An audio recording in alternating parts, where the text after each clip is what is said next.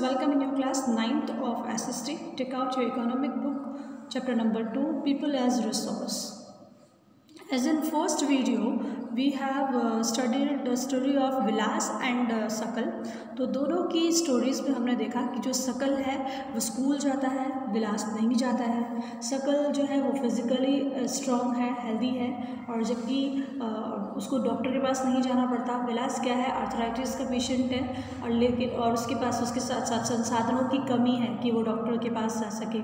सकल हेल्दी भी है और उसको एजुकेशन के लिए स्कोप मिलता है, मतलब कि उसके पापा और मम्मी जो है उसके एजुकेशन प्लान के लिए लोन्स लेते हैं ताकि वो एजुकेट हो पाए. तो वो कंप्यूटर प्रोग्रामिंग की डिग्री लेता है एजुकेशन की वजह से, और जिसकी वजह से उसको एक प्राइवेट फॉर्म में जॉब मिल जाती है. और लेकिन जो विलास है उसने स्टडी नहीं किया और वो आर्थराइटिस का पेशेंट है, तो उसको हेल्थ और एजुकेशन दोनों ही थिंग्स में वो ज़्यादा जो है डेवलप नहीं कर पाया अपनी कंडीशंस को. उसकी वजह से वो वही सेम वर्क करता है जो उसकी मम्मा कर रही है.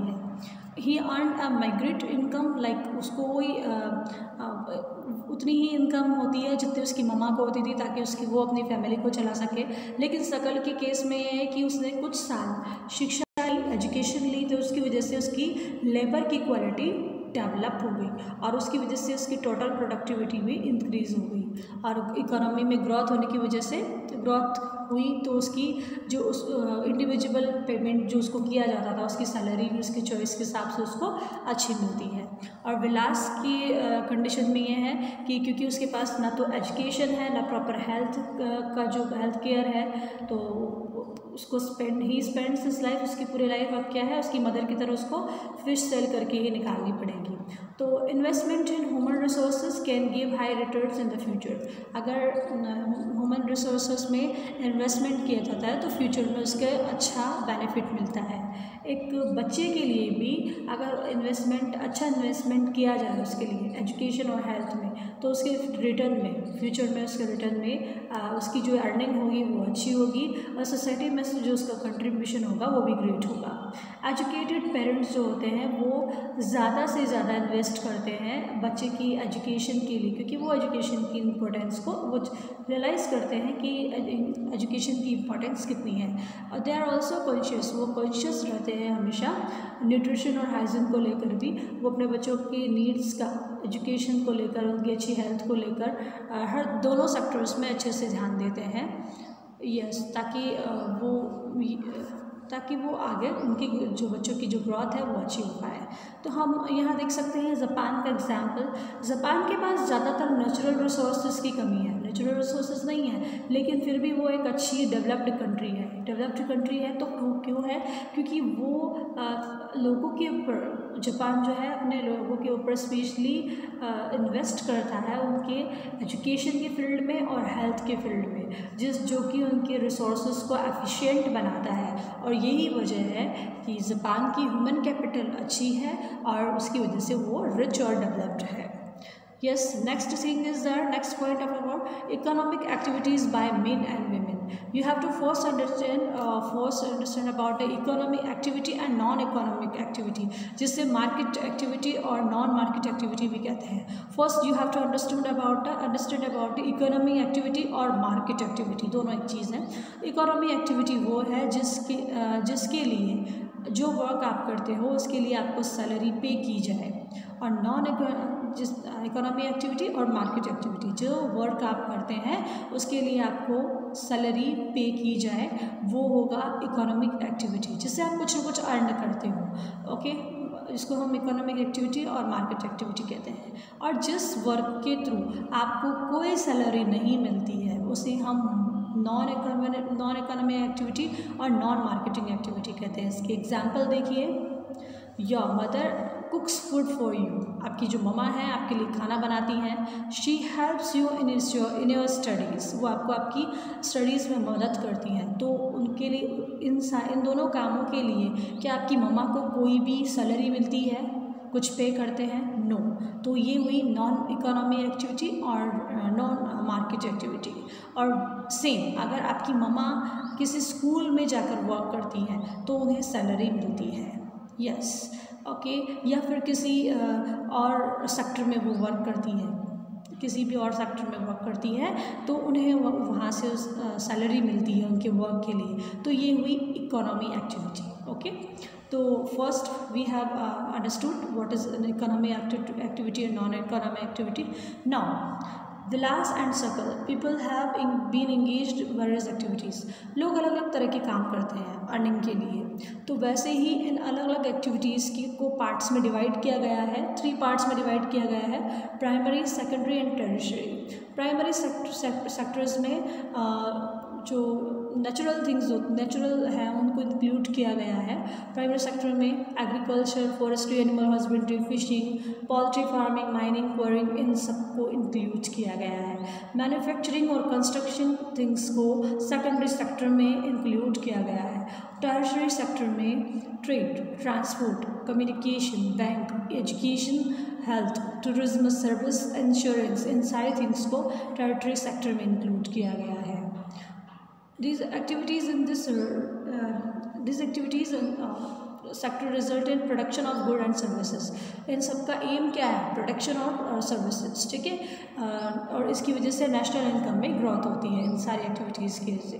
तो इन सारी एक्टिविटीज़ को इकोनॉमिक एक्टिविटीज़ कहा जाता है। इसके बाद है कि इकोनॉमिक एक्टिविटीज़ को भी 2 पार्ट्स में डिवाइड किया गया है, मार्केट और नॉन मार्केट।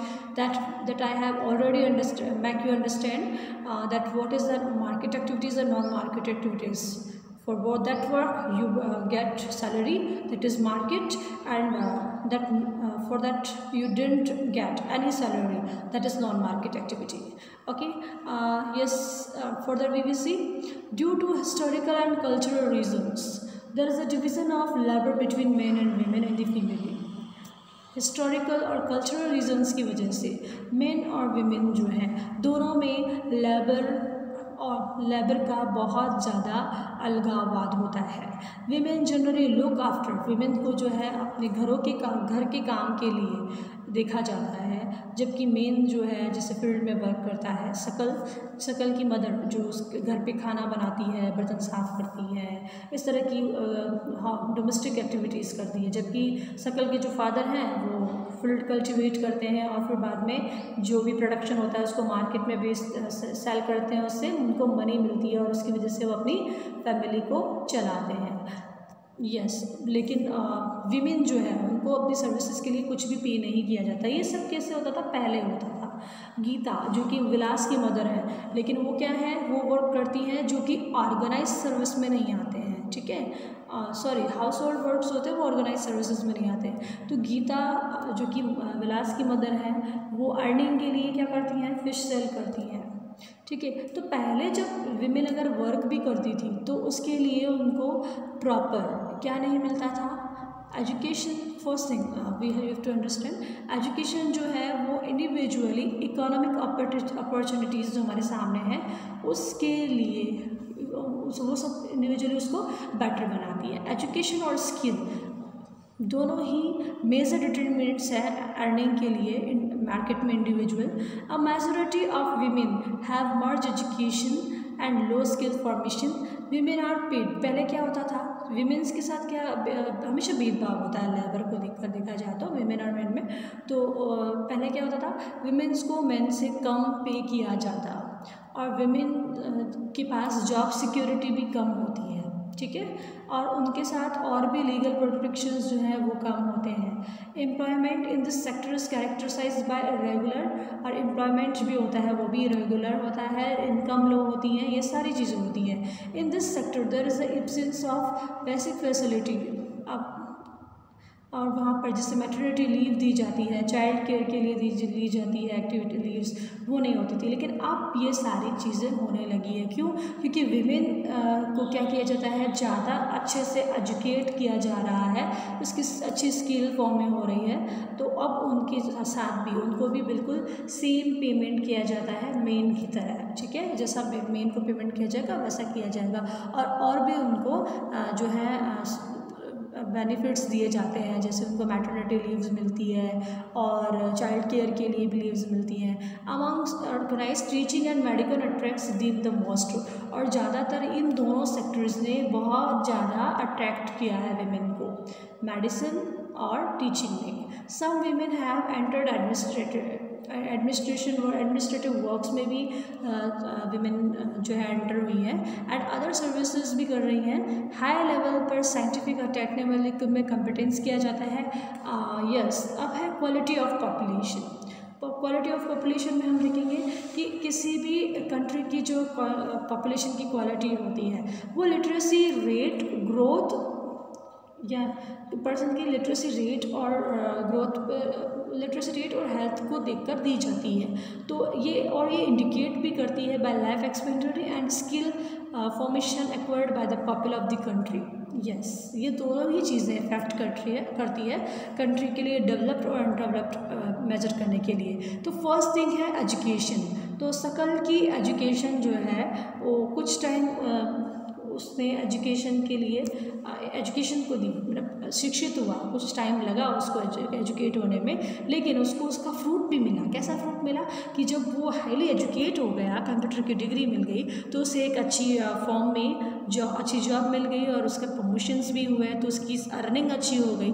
ठीक है, तो उसे क्या हुआ, उनका इकोनॉमिकल डेवलपमेंट हुआ उसका। ठीक है, तो वो किसकी वजह से हुआ, उसके एजुकेशन की वजह से, और उसकी हेल्थ केयरिंग भी अच्छी थी।